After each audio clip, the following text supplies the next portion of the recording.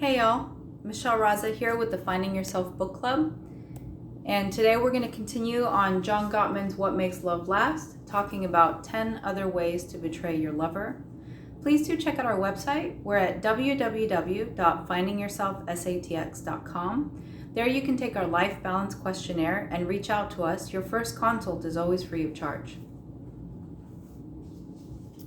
So we've talked about, we did the overview chapter of 10 other ways to betray your lover besides having an overt affair, right? There's conditional commitment, the non-sexual affair, sometimes called the emotional affair, and now lying, which is what we're going to talk about today.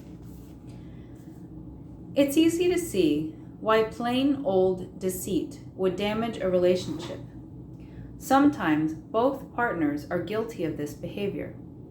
Although Emma and Wayne consider themselves happily married, frequent winner-take-all arguments mark their relationship. They start to keep secrets from each other to avoid mounting tension. Without his wife's knowledge, Wayne doles out money to his jobless, substance-abusing brother.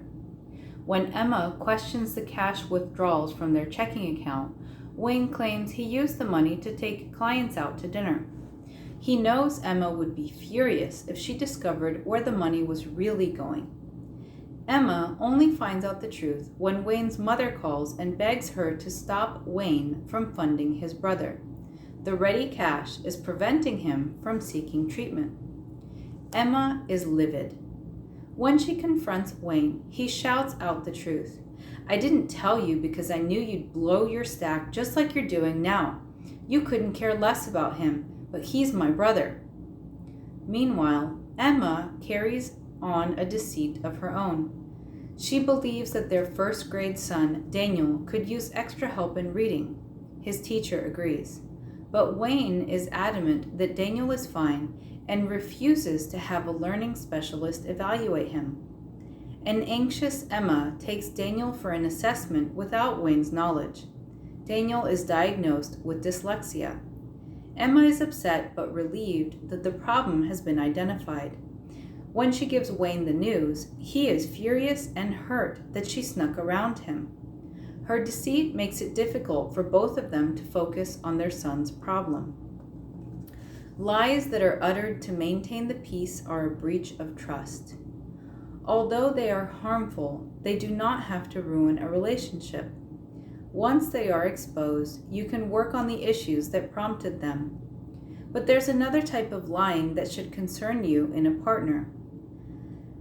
There are people who lie all of the time. These chronic fibbers spin out mistruths even when there is no threat to the relationship. The lying is not the other partner's fault, nor due to relationship problems. It is fundamental to the person's character. Chronic lying is a pattern established in childhood if parents are punitive, cold, authoritarian, or dismissive of emotions. The child learns to lie to look good and escape the parents' harsh judgments. In adulthood, this tendency to lie is hard to overcome, even when the threat of punishment no longer exists. The help of a psychotherapist may be necessary to break this habit so that an honest, open, and intimate connection with a partner is possible. So I think a theme that we're running into a lot on what we're reading with Gottman is conflict avoidance. You think that you're doing good in your relationship by not fighting, when in reality what you're doing is avoiding discussing issues that will cause tension in the future. I'm reminded of the rug incident, in the rug example, right? Putting it under the rug until the rug bunches. So all of these things, you lie to avoid the conflict, but it eventually comes out. It always comes out. Anytime that you have to do something hidden, if your friendship is hidden, when you're doing negative comms, when we go down the descent into actual betrayal, it's conflict avoidance, right? You don't want to talk to your partner about something that feels uncomfortable. And so the real solution, and we'll get into this, right? He lays it out very, very well in this book. But there's a once a week discussion that's called the State of the Union that he recommends.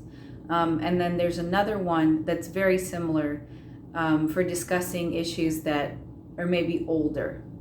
But ultimately, for you all to get to that point to be able to discuss with each other, you need to both be on the same page. So it's super important. If you want to forward these videos to your partner and have them watch as well, or get the book and read the books together. There's a ton of quizzes in the book, so they're super good. But you both need to be open, honest, and receptive to changing your methods, which, depending on how old you are, it's pretty much since the age of 5 that you start learning how to interact with each other in your family. And I know personally my own style of interacting, I grew up in an indirect communication type family, right? So learning how to directly express your needs it's a learned skill, and they don't teach this stuff in school. So you have to really take a look inside, be introspective, and learn how to communicate with your partner directly about what you need, and not only with your partner, but in all of your relationships. So next time we will dive into forming a coalition against the partner.